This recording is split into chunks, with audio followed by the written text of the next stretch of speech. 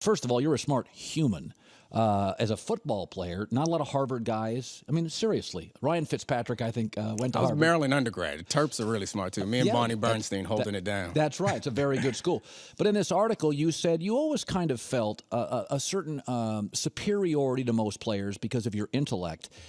But when you left the theater, you no longer did. Explain that. Yeah, I mean, I think it was a false superiority that I felt because I was always the smart guy, but it was probably because I sought those opportunities to kind of display my intelligence because I'm of average intelligence, frankly, of people in the locker room, just because we don't measure it all in the same way. But it was, and I kind of always thought I was a smart guy, so maybe I wouldn't have to deal with that. And it's part of the kind of the mindset of a player is you never think you're going to have to deal with those problems. But then when you see it on the screen, and I think while I was sitting in the theater looking around me at the other people that were watching, I realized I'm not like these people next to me. I'm like that guy on the screen. And I could end up like that and end up lashing out at my family. And those things are really scary. And we see it like with the Randall L. thing coming up.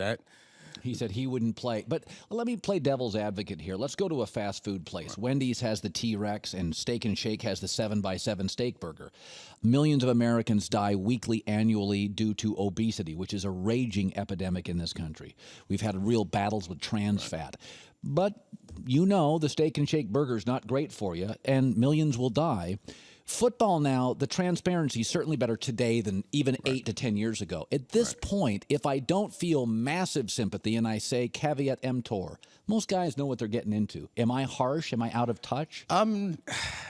Yes, frankly. I mean, I think that empathy is something that I feel like we lack in general in society. Right. And it's hard for me. Like, I wouldn't go as far as Randall L. went because I am happy with the decision I made because of the life that I've created for my family. And my son, if he's 2, my daughter's 5. If my son plays football, I won't allow my son to play football, but I'm fine with me playing because my son has all these advantages that I didn't have. We're like paying for education. If he ends up slamming his head into other people's heads for a living, then I wasted a lot of money on a lot of private school.